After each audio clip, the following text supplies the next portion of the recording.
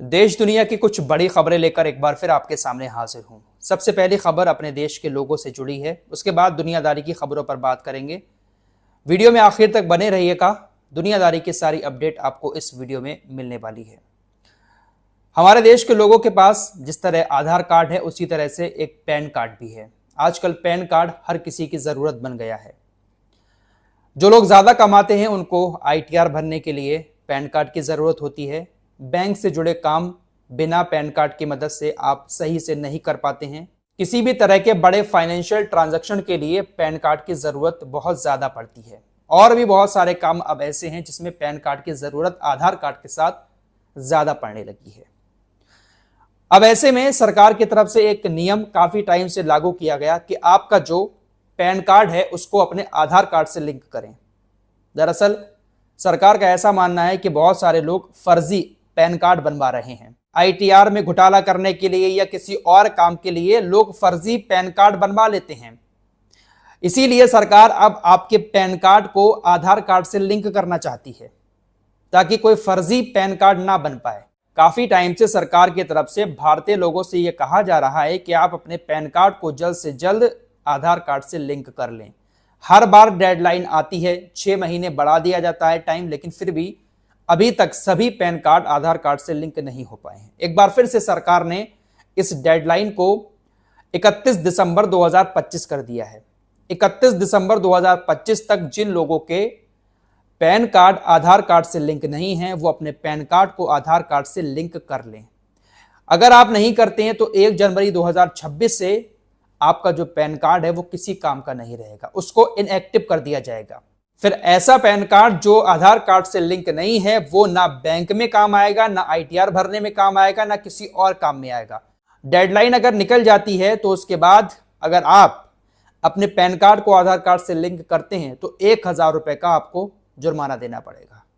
अभी फ्री होगा, लेकिन फिर 1000 रुपए का आपको चार्ज देना पड़ेगा। तो जिन लोगों का पैन कार्ड आधार कार्ड से लिंक नहीं है वो अपने पैन कार्ड को आधार कार्ड से बहुत आसानी से अपने मोबाइल से ही घर बैठे लिंक कर सकते हैं। आप अपना मोबाइल उठाएं, गूगल खोलें और इनकम टैक्स की ये जो वेबसाइट आपकी स्क्रीन पर लिखी है, इस वेबसाइट को अपने गूगल में सर्च करें।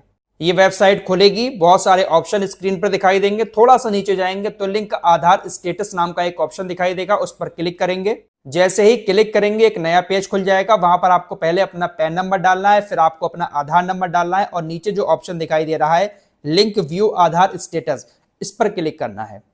अगर आपका आधार कार्ड पहले से लिंक है तब भी आपको पता चल जाएगा कि आपका पैन कार्ड आधार कार्ड से लिंक है या नहीं है, और अगर नहीं होगा तो यहां से कुछ स्टेप्स को और फॉलो करेंगे, आपका पैन कार्ड आधार कार्ड से लिंक हो जाएगा। तो घर बैठे इसको आसानी से आप अपने मोबाइल से ही लिंक कर सकते हैं। आइए अब मिडिल ईस्ट की तरफ चलते हैं। सबसे पहले बात ईरान और अमेरिका की कर लेते हैं। हाल ही में आपने देखा कि ईरान का इजराइल और अमेरिका के साथ किस तरह का पंगा रहा। इजराइल और अमेरिका ईरान को परमाणु बम बनाने से रोक रहे हैं। अमेरिका बहुत पहले से ये कोशिश करता चला आया है कि हम ईरान से बातचीत करें, लेकिन ईरान कह देता है कि हम बातचीत नहीं करेंगे। हम उसी शर्त पर बातचीत करेंगे परमाणु मामले पर जब आप इजराइल से भी बातचीत करें कि इजराइल भी अपने हथियारों को लेकर कुछ जानकारी दे और अपने हथियारों को भी अपने से अलग करे। आप सिर्फ हमसे बातचीत करते हो। ईरान हमेशा यही कहता है कि आप हमसे बातचीत करके कहते हो कि आप अपने परमाणु प्रोग्राम को रोक दो, लेकिन इजराइल से कुछ नहीं कहते हो। एक बार फिर से ऐसी खबरें चली कि अमेरिका ईरान से बातचीत करना चाहता है और ओमान के जरिए मैसेज भिजवाया गया ईरान को, लेकिन ईरान की तरफ से कहा गया कि ऐसा कोई मैसेज हमें प्राप्त हुआ नहीं है। अमेरिका ने हमसे ऐसी कोई अपील नहीं की है, लेकिन अगर अमेरिका करेगा भी ऐसी कोशिश हमसे बातचीत करने की, तब भी हम अमेरिका से परमाणु मामले पर बातचीत नहीं करेंगे। ईरान के सुप्रीम लीडर अयातुल्लाह खामेनी ने साफ कह दिया कि जब तक अमेरिका इजराइल को हथियार मुहैया कराता रहेगा तब तक हम अमेरिका से किसी भी मामले पर बातचीत नहीं करेंगे। अयातुल्लाह खामेनी ने कहा कि अमेरिका अपने सैन्य अड्डे बना रहा है, हथियार मुहैया करा रहा है, पैसे भी मुहैया करा रहा है इजराइल को। जब तक अमेरिका ऐसा करता रहेगा हम किसी भी तरह की बातचीत अमेरिका से नहीं करेंगे, हम दरवाजे बंद करते हैं। दरअसल लगातार ऐसी खबरें आ रही हैं कि ईरान का जो यूरेनियम था वो पूरी तरीके से सुरक्षित है। अमेरिका ने हमले बहुत सारे किए, लेकिन इसके बावजूद भी यूरेनियम ईरान बचाकर निकल गया। इनका भी बयान आया है राष्ट्रपति का। इन्होंने कहा कि हम फिर से परमाणु ठिकाने बनाएंगे, ये पहले से ज्यादा मजबूत होंगे। यानी सीधी सी बात है कि ईरान के पास परमाणु बम बनाने के लिए यूरेनियम तो बचा हुआ है, यूरेनियम सही सलामत है, बस जो ठिकाने थे जहां पर परमाणु बम बनाया जा रहा था वो ठिकाने जरूर तबाह हुए हैं। अमेरिका के V2 बम ने उन ठिकानों को जरूर नुकसान पहुंचाया है। अमेरिका की हर जगह घुसने की आदत तो बहुत पुरानी है। तालिबान और पाकिस्तान के बीच हाल ही में कैसे हालात रहे, हालात अभी भी अच्छे नहीं हैं।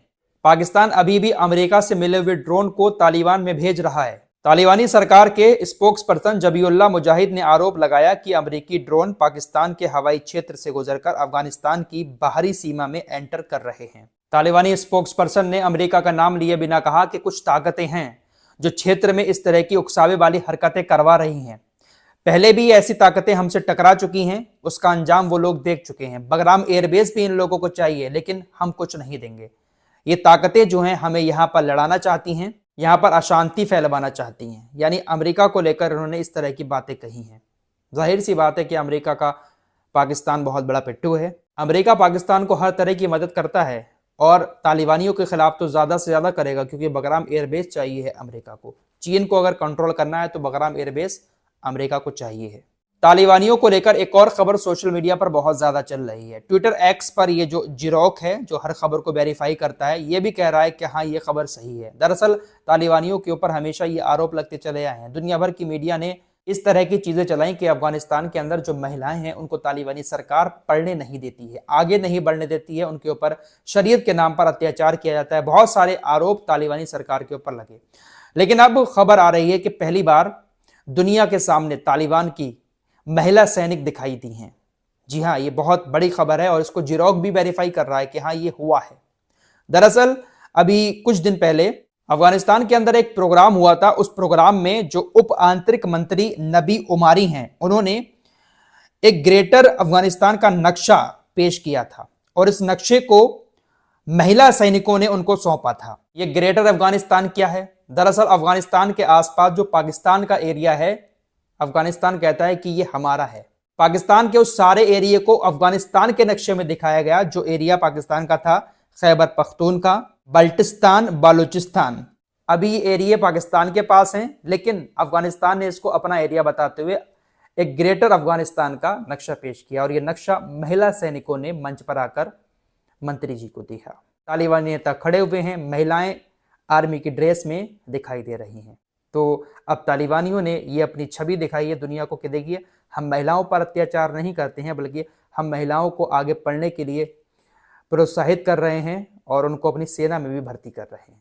फिलहाल गाजा की बात कर लेते हैं। गाजा इस वक्त मलबे के ढेर के तले दबा हुआ है। गाजा के अंदर तकरीबन 61 मिलियन टन मलबा मौजूद है जिसको फिलिस्तीनी खोद रहे हैं। 2008 से लेकर अब तक जितने भी युद्ध हुए हैं उससे 20 गुना ज्यादा मलबा इस वक्त गाजा के अंदर है। इस भारी भरकम मलबे को खोदकर 10,000 लापता लोगों की तलाश की जा रही है। फावड़े से, कुदालियां से, नंगे हाथों से मलबे को हटाया जा रहा है, खुदाई की जा रही है ताकि हमारे जो अपने लापता हैं शायद इसके नीचे दबे हुए मिल जाएं। तो गाजा में इस वक्त ऐसे हालात हैं। फिलहाल सीजफायर तो है लेकिन हालात अच्छे नहीं हैं। इस रिपोर्ट में इतना ही। कुछ और खबरों के साथ फिर हाजिर होऊंगा। अपना ख्याल रखिएगा। अल्लाह हाफिज।